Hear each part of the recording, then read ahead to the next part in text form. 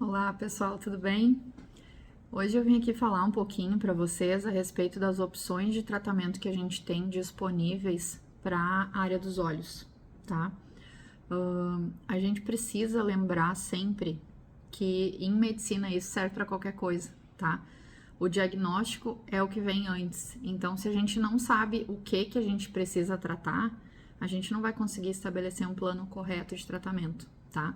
Então, a primeira coisa quando a gente avalia um paciente é ver o que está acontecendo com esse paciente, tá? Porque quando a gente fala de área dos olhos, a gente pode estar falando da pele da área dos olhos, a gente pode estar falando de uma pele que tem ruga, ou de uma pele que tem ruga e flacidez, ou de uma pele que está sobrando pele, né? A gente pode estar falando de perda de estrutura, a gente pode estar falando de musculatura que já não está adequada, né? De flacidez muscular, a gente pode estar falando de perda de gordura de sustentação, perda de colágeno, a gente pode estar falando de reabsorção óssea.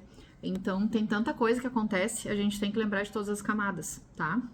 A gente não pode, eu tô aqui com o Frederico, que me ajuda sempre nas minhas aulas, e só para vocês terem uma ideia como é que funciona a parte do envelhecimento.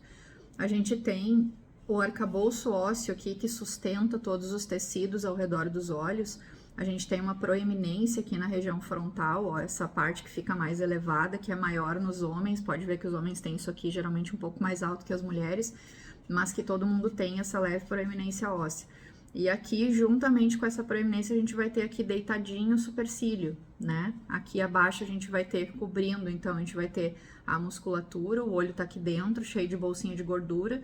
Depois a gente vai ter a musculatura e na área dos olhos dessa região aqui, parte superior da pálpebra superior, pálpebra inferior, a gente não tem praticamente nada de tecido gorduroso, tá? E logo em seguida já vem a pele. Por isso que é uma das áreas que primeiro aparece os sinais do envelhecimento, justamente por não ter muito tecido de sustentação, tá? Colado aqui nessa região inteira, a gente tem vários ligamentos, né? Aqui no osso zigomático, malar, a gente tem vários ligamentos que ficam aqui sustentando a face, sustentando a musculatura da face, que faz a gente falar, que faz a gente sorrir, né? E essa musculatura, com o tempo, com a absorção óssea, esse buraquinho vai ficando cada vez maior. Pode ver que aquela vozinha bem velhinha, parece que ela tem um olhão, porque existe uma reabsorção óssea e esse buraquinho vai ficando maior.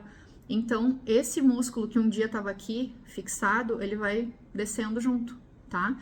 E aí vai acontecendo aquele despencamento da face, né? Aquele derretimento que a gente tem a impressão de que a face está derretendo.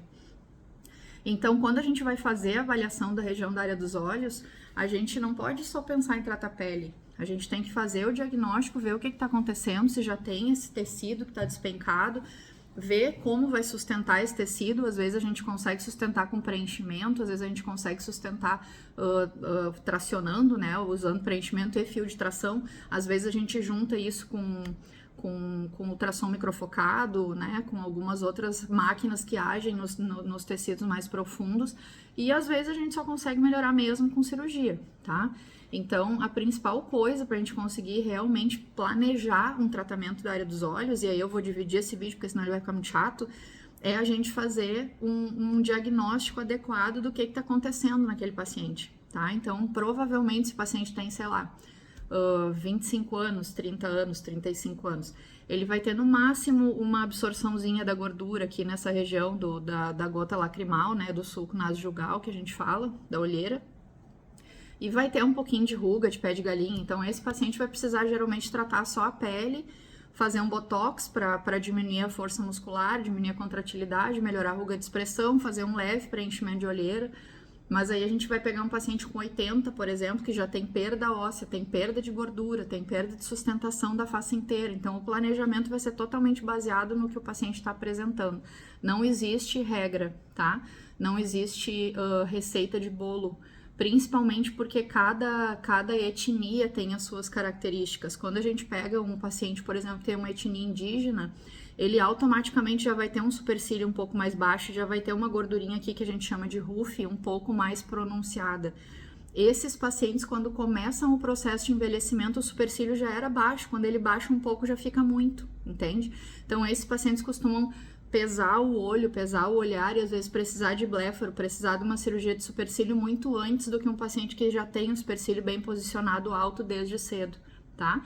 Então é importante a gente avaliar individualmente sempre.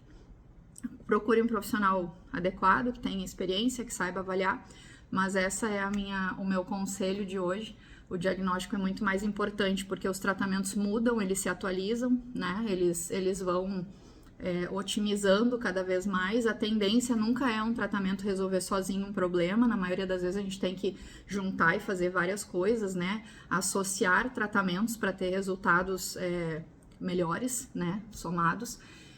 Mas a gente sempre tem que começar pela base, que é o diagnóstico do que está acontecendo com cada um, tá bom? Beijo!